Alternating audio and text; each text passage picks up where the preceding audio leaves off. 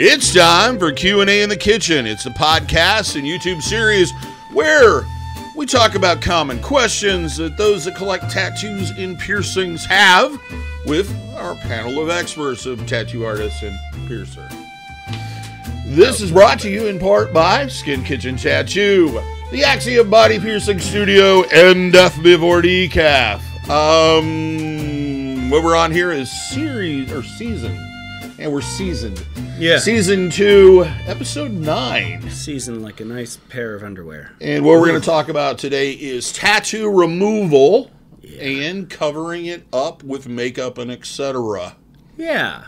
Cool. Yeah. It's a common thing, you know. The more tattoos people get, the more tattoos there are potentially to be removed. I said 6 years ago, the beginning of my career, not long after the beginning of my career, that the real money would be in taking them off, not putting them on. Absolutely. And that's really kind of true, and because more and more we're doing cover-ups, and that's only because a lot of times people have a misconception of cover-ups, or they think that it's, you know, either it's too expensive or too painful or too lengthy of a process, and people a lot of times just want it now. Or the fact that you have to expand the design to properly cover it up. Yeah, sometimes a lot of people don't want to go that big. Yeah, they're kind of burnt on the idea of a tattoo because they had a bad experience already. So if they just want to make it better, but they don't want it any bigger, and if they could just erase it, they would. There's kind of a lot of rules with covering up tattoos. It needs to be a little larger. It needs to be busier. It needs to have a lot of structure to take your eye away from focusing on where you don't want it to focus at. Try to go with something kind of... A lot of people initially think, oh, let's put something really heavy and dark. If you put something really heavy and dark, it's going to pull your eye to it even more. Yeah. And it's going to stand out worse. You're trying to take the attention away from the spot. That's a good word you used right there. You said structure. That's a really good word. You're right. That's why real... say photorealistic-y, especially black and gray stuff, a lot of times does not work unless it's a relatively small cover-up and you're able to go relatively large, because this, you know, a lot of the structure is built up from very subtle spaces left open in the skin, and if you don't have that structure there with a heavier line or something to really make that design pop, you're going to lose all that and you're going to end up with a big muddy mess. So yeah, good. And that's why when I see people that have solid black tattoos on their forearms, I think they've got a bunch of crappy tattoos underneath that. That they're trying to hide. Right. And it's, you know, it's evolved a lot. You know, back in the day, 20 years ago or whatever, you know, not only was I less informed and didn't have as much under my belt as far as time in the chair, it was like, tribal, I guess. Tribal's good.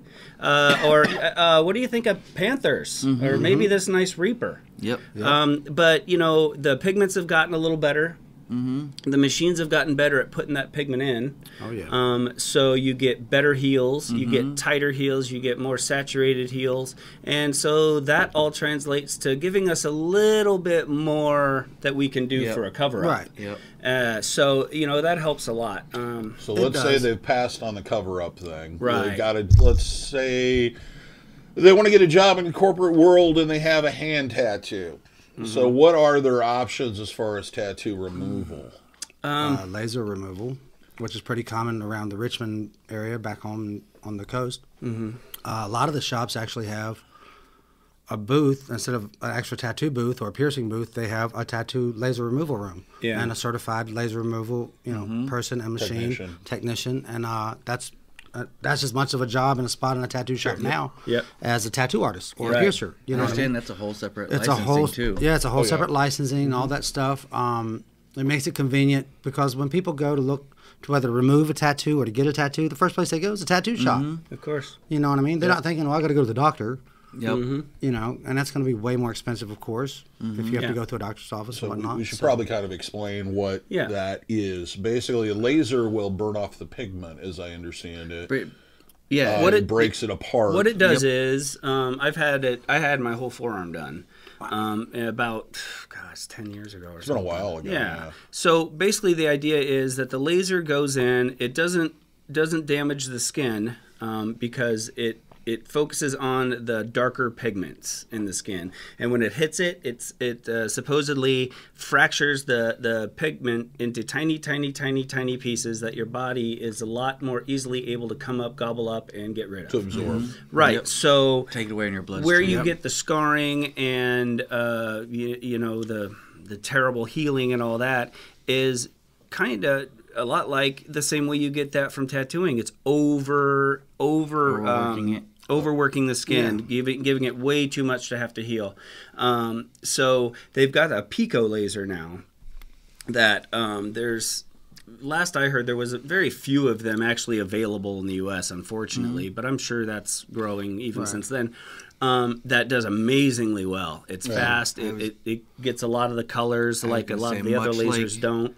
Much like the tattoo machines and tattoo industry itself, the technology's gotten better on our end. We're having better heals. Same thing. Some of those horror stories you hear of scabbing and stuff for tattoo removal, the technology is getting better there too. So and the technicians are getting more, more used to with it. You know, it's just like back in the day. My tattoos didn't heal as good as they do now. Yep. You know, I didn't have as many of them in the chair. So the technicians, if they've been at it a while, just like a tattooer that's putting them on, it's and I tell people that same thing. I go, it's just like looking for a tattooer. Look at their portfolio, ask them any question you can think of, and if you know anyone who's had it done, talk to them and see if they'd recommend them. You know, and also I would anything that has to do with medical, talk to your doctor.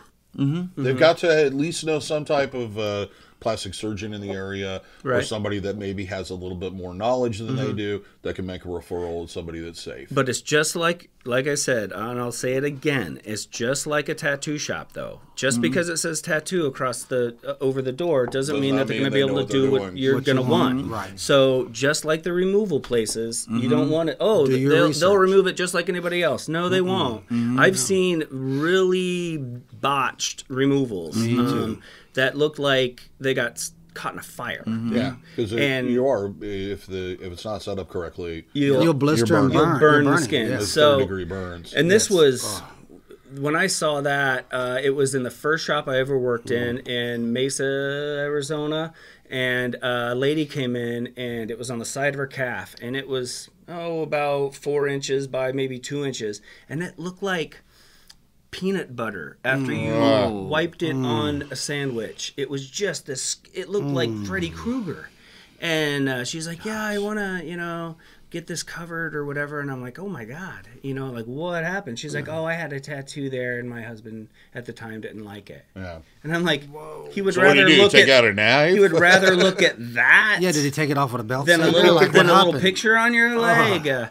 So yeah, and so things have advanced and gotten better. And if you're really looking into, really considering it and doing it right, Pico would be the way to go. That's if you're going to take the time and you're going to spend the money. And say there's one in Chicago. Chicago's only a few hours away. Make the trip, and get it done right. Because in the long run, you're gonna get it done quicker, with less issues, and you're gonna have, I think, a better outcome. Plus, if you're just trying to erase some mistakes and you want to get some tattoos in the future, you want that skin to be as healthy as possible after the fact. Right. The other thing is, I think that a lot of people think that you just go in one session and it's over and done with. No, it's multiple. It does take multiple sessions. I think it's opposite, DaVo. I think people think that they have to go back and back and back and back, and that's what turns them off. Okay. Oh, okay.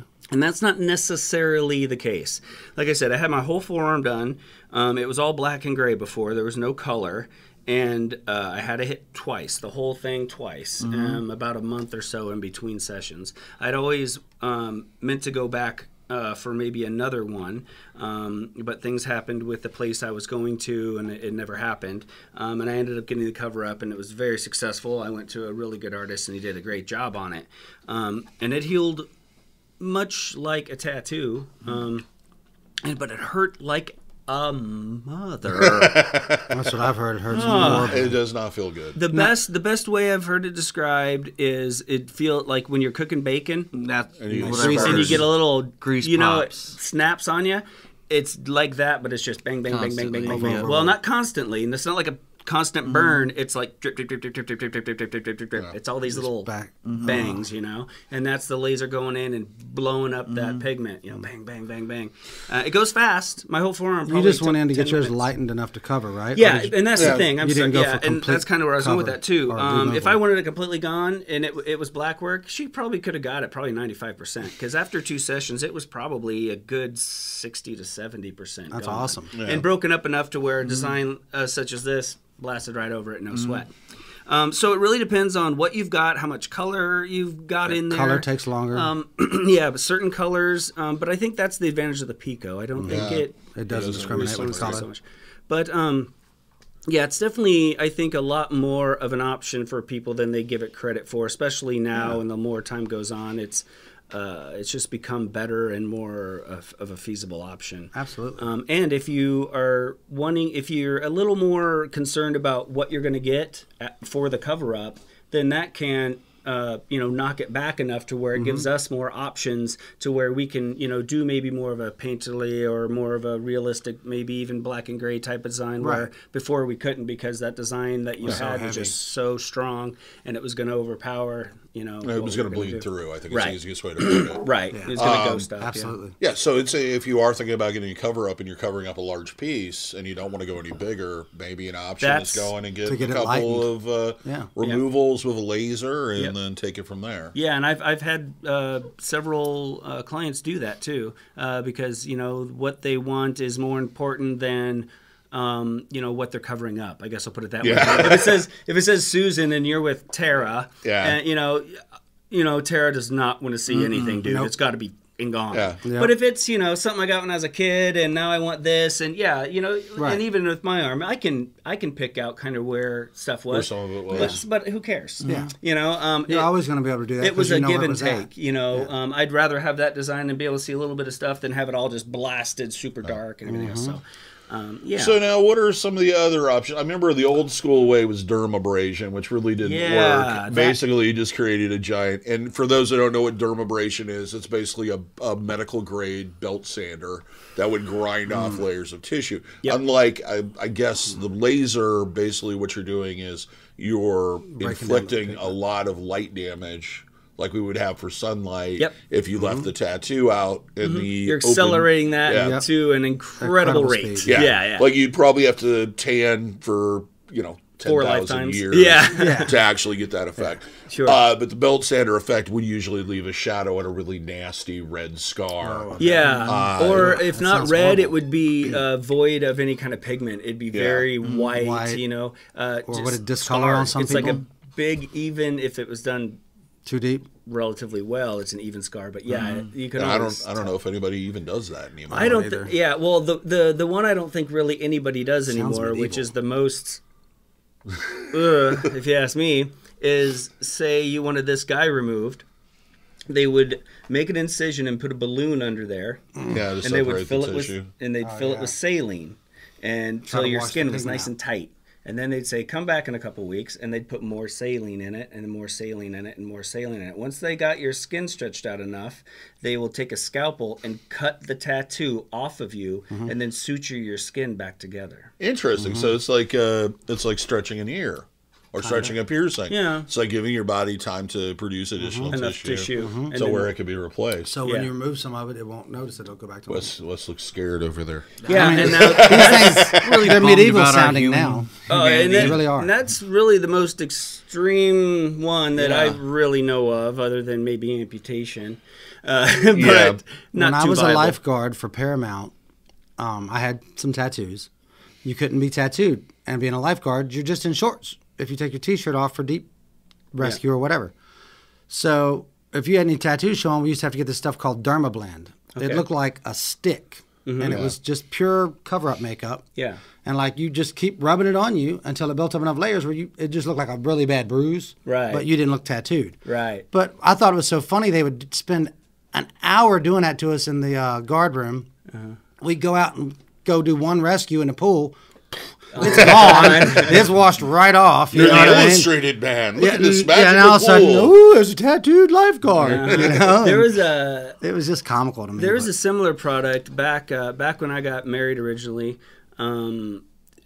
my wife to be had a large back tattoo, and that was a long time ago when. Didn't want 20 years ago, I guess. Yeah. And, you know, so she just, you know, didn't want this tattoo, and it was a giant demon skull, so I could kind of see. She didn't want it in her wedding photos. And I'm like, yeah, okay, fine. So we went to the theatrical store downtown Des Moines here, and they have a product. It's a tattoo cover-up product, and it wasn't in a very big container, and we covered about half her back with it, and just got a little sponge and daubed it on there, and it just... gone. I mean, it was crazy. It didn't look like a bruise. It looked like she was never tattooed ever. They did a YouTube with that. Remember Zombie Boy? Rick? Yeah, I it's a similar last name, Geist Geist or Guest or something like that. Right. But he was the one that looked like a skeleton, the zombie. Yeah. And they did a commercial with that stuff when they came out with it, and they covered him. And he looked like he didn't have any tattoos. Yeah. It was really weird. It was, yeah. You know, and you can usually find that at any place that does theatrical type but it's a lot of work. Yeah. Is it a lot of work? But you're going to have a buddy. Well, if you want to do your entire body, it's a lot of work. But if you have, say, something, you know, on your hand or on your fingers that you're going to go meet your, you know, girlfriend's dad for the first time, and you don't want to let him know right away that you're a scumbag. Yeah. You know. Hold that off for a little bit later, like easy. Second or third dinner. Yeah. You know, Christmas is a good time. After you apply for that house loan and they finally see your credit score. Yeah, definitely ease them into that. Hey, I married your daughter and we got a kid on the way. By the way, I'm covered in tattoos. And I worship Satan and drive a motorcycle. There we go. I every once in a while you'll see in advertising or I hear about some wonder cream that supposedly is going to remove the tattoos. Have you guys had any experience? Nothing that's come up that's lasted very long that I've seen. Nothing There's that's been a few like brands that stick around for a bit, but Wrecking Balm, I remember there was a huge one I saw, thing with that. And a guy that worked for me a while back got that. Yeah. And he's the guy who actually got me involved with the laser person. But anyway, he bought that and tried it. And basically what he told me it was, I never saw him use a product or anything. I just heard him talk about it. It was basically like this little electric machine sander and this abrasive product. You put it on your skin. So it's dermabrasion. Yeah, you just it was grinding dermabrasion. it out. And you repeatedly did that as you grind away on the layers of skin, and it's just a very barbaric way of doing it. So, and not very viable.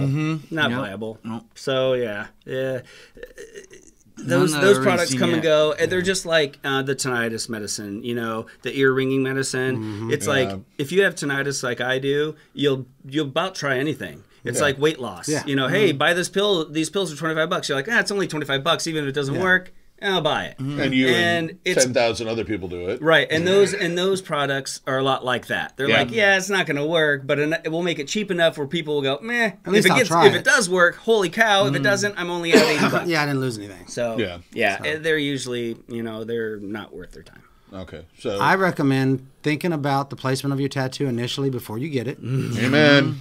Don't be angry at your tattoo artist when he makes suggestions like, what do you do for a living? Are you sure you want to tattoo your face, neck, or hands? It's not because we're being dicks. Yep. It's because we've already experienced that. What you're going to get in society, like it changes once, like even from neck and hands to face, and we feel a degree of responsibility because we are the one that I don't is want doing to ruin that. your life. I don't want to condemn you from nurse ethics, college to McDonald's. Yeah, I don't want that on my conscience. Right. And that you'll always be able to find someone who will do it. You know, if you're the Anybody will most take your money and do whatever.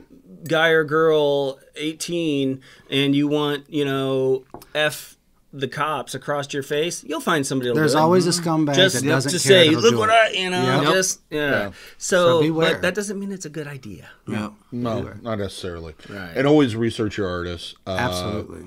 As far as facial tattoos, and something we probably should have covered when Michelle was here, is cosmetics. We haven't gotten into that ever. Yeah, she was trained, while she worked for me, she was trained under that, and then she wanted to implement it, and I was too scared of it at the time. It just seems like a lot of liability for the board. Yeah, and it's come a long ways since then. But yeah, at the time it was still kind of in its infancy and really scary. I wasn't comfortable with it. Just kind of a buyer's beware if you're considering it. I know this is off the train of thought we had initially, but if you are getting it done, most states only require a day course to be certified to tattoo cosmetically. You really want to look at them and dig into them much deeper than you would even a tattoo artist. Yeah. And find out exactly how good their results are. And it's usually not too tough to find, in your group of, friends or whatever. One day qualifies you to tattoo a face. That is insane. Well, That's but insane. They're covering cross-contamination. the best They're thing is to find, someone who's had it done, talk to them, were they, drinking Jack Daniels while they did it? Did they smell like, something? How, then you can see actually. Do they look like the lady? Did they offer a happy ending at the end? Oh, boy. Yeah. So, yeah, in the flesh is the best way to, see someone's work in that industry and in our industry, I believe. But anyway. Yeah, so that's, I think we've pretty much covered that, unless you guys have anything else to add. I don't think so. I think that's pretty well rounds out. Okay, so you've been watching Q&A in the Kitchen. We broadcast these, the video version goes out one Sunday, and the next Sunday we put out the podcast edition. We'd like to thank our sponsors, or sort of sponsors, Skin Kitchen Tattoo, Death Before Decaf, and the Axiom Body Piercing Studio. Also, you probably want to check out our merch. We have various different things on there, including the t-shirt Jack's wearing and the tapestry behind him. There's various other designs on there also, if that doesn't necessarily appeal to your whatever. Well, who doesn't want a Captain Jack bed sheet? I don't know. They have blankets, throw blankets too. And pillows. Oh, wow. With naked girls on them. Yep. I'm going to get on Yoga that. pants, t-shirts, towels, all kinds of good stuff. So check that out. Link Tank is gonna tops be... for the ladies. So I don't want to Reserve hear those for I don't want to hear the word tank I'm top gonna wear 'em in come out here. of a girl's mouth. Well, okay, I do, I guess. But anyway, we've got tank tops now. So many women. When are you gonna get tank tops? We've got tank tops now. Go to the store on the website. And they're not called wife beaters. Nope. No. So we're totally Just so we're clear on that, that's not what you call them. They're men's A shirts He's or tank tops. So discriminating. I don't know. Yeah, I where he's going know. with that. Anyway, everybody, thank you for watching or listening. If you're listening, make sure to give us a thumbs up. Let us know that you enjoyed it. If you haven't subscribed, please subscribe already. But until next time, here's hoping all your tattoos and piercings heal with ease and without a single issue. And if you're in the Des Moines, Iowa area, we hope to see you for your tattooing and body piercing needs in the future. Have a good day, everybody. Be nice to each other. See you next time. See you guys.